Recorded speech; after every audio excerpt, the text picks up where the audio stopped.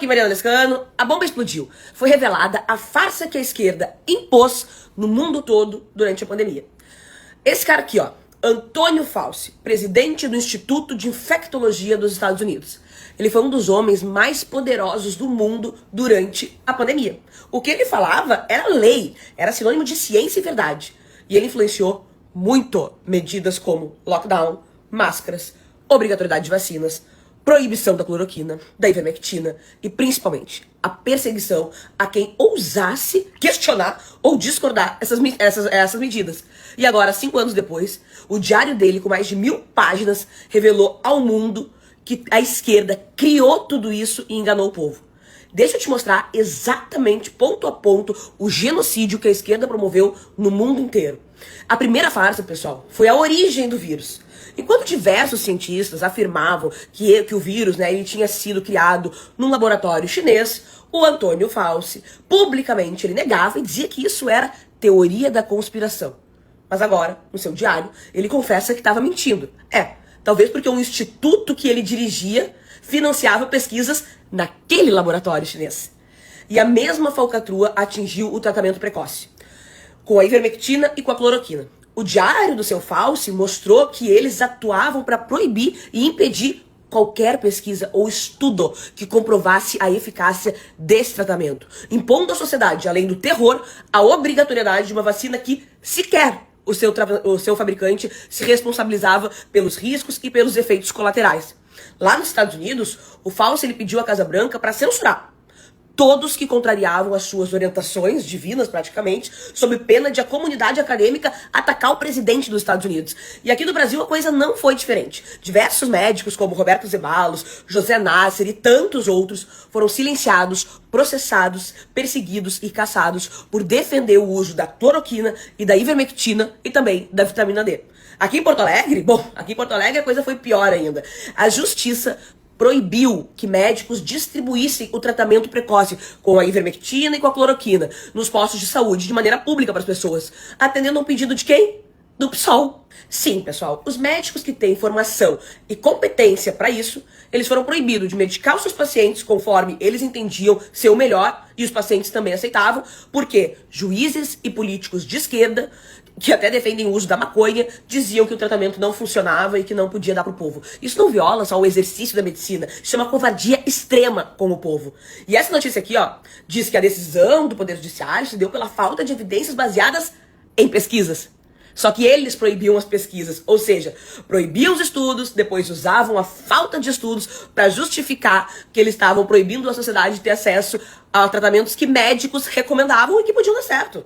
E o pior é que muitas vezes esses que proibiam o tratamento precoce para a sociedade, quando eram infectados, utilizavam dele. E um exemplo dessa hipocrisia foi o que aconteceu no governo de São Paulo. O seu Dória, governador na época, dizia o quê? Não tomo cloroquina, siga os médicos e não o Bolsonaro. Depois disso, vazou uma receita do próprio secretário de saúde dele, que não apenas receitava os seus pacientes cloroquina, como ele próprio admitiu ter usado no seu tratamento. Eles condenavam e negavam pro povo um tratamento. Mas eles, na dúvida, utilizavam, quando precisavam. E na época, pessoal, quem discordasse daquilo que eles obrigavam as pessoas a aceitar era negacionista, era processado, tinham as redes sociais bloqueadas, a vida virada no inferno. O médico gaúcho, Ricardo Zimmer, é um exemplo disso. Ele fez estudos, ele defendeu o tratamento precoce, com pesquisa, conhecimento científico, salvou milhares de vidas durante a pandemia, e exatamente por isso ele foi perseguido, processado, censurado. Hoje a verdade veio à tona, e esses burocratas aqui, deveriam responder por cada abuso cometido naquela época. E um detalhe bem importante, tá? Quem era a favor do tratamento precoce nunca defendeu a obrigatoriedade desse tratamento. O que se defendia era a liberdade do médico de prescrever o tratamento e do paciente aceitar usar. Mas quem era contra o tratamento, aí eles queriam obrigar a proibição geral. Eles queriam que todo mundo se submetesse à farsa que eles inventaram, custe o que custar. Agora, o Congresso americano ele apresentou a Fauci 106 estudos com mais de 200 mil pessoas comprovando a eficácia da ivermectina. E quando ele teve a oportunidade de questionar, de confrontar, falar sobre o tema, o que ele fez? invocou a 5ª emenda dos Estados Unidos e ficou em silêncio. Mais de 100 questionamentos foram feitos ao Fauci e ele invocou em todos a 5ª emenda para não ter que confessar a falcatrua que eles impuseram ao mundo e que custou muita vida. Em 2021, o Fauci dizia que atacar ele era atacar a ciência. Agora, essa confiança dele, essa certeza científica virou silêncio e amnésia?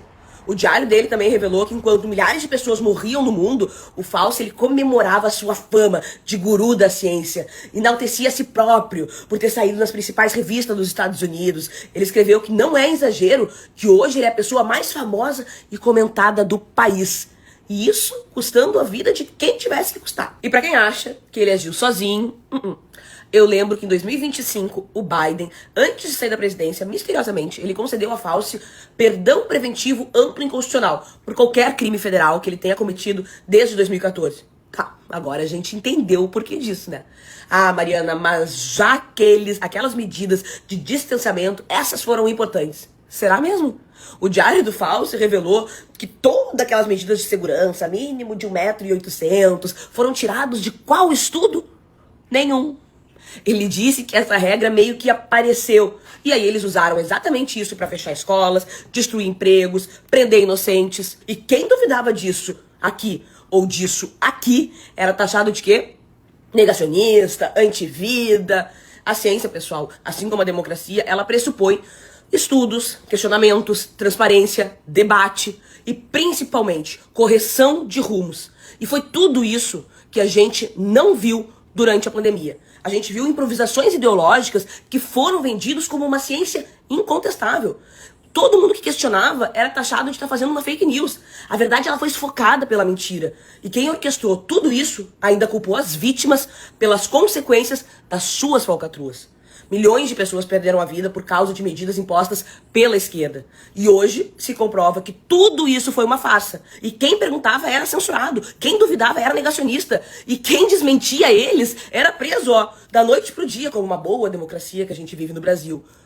O Bolsonaro, que defendeu a liberdade de tratamento, os médicos que tentavam mostrar a verdade para as pessoas, até hoje são chamados de genocidas por esse bando de sem vergonha que promoveram, sim, o verdadeiro genocídio no mundo. E a imprensa suja não vai te mostrar essa verdade. Até porque, né, foram o principal braço dessa galera para impor o terror, impor essa agenda ideológica que matou tanta gente. Ela não vai te falar sobre a farsa que o diário do Fauci está revelando pro mundo. Mas eu tô aqui, pessoal, mais uma vez para te mostrar a verdade. E tudo isso aqui não é sobre pandemia ou sobre Covid, pessoal. É sobre liberdade, é sobre vidas. Lembra que o Bolsonaro falava, conhecereis a verdade e a verdade vos libertará. E é por isso que eu te peço para tu compartilhar esse vídeo, para que o maior número de pessoas saibam a verdade. E é para combater esse sistema podre que aqui no Rio Grande do Sul eu sou pré-candidata a deputada federal.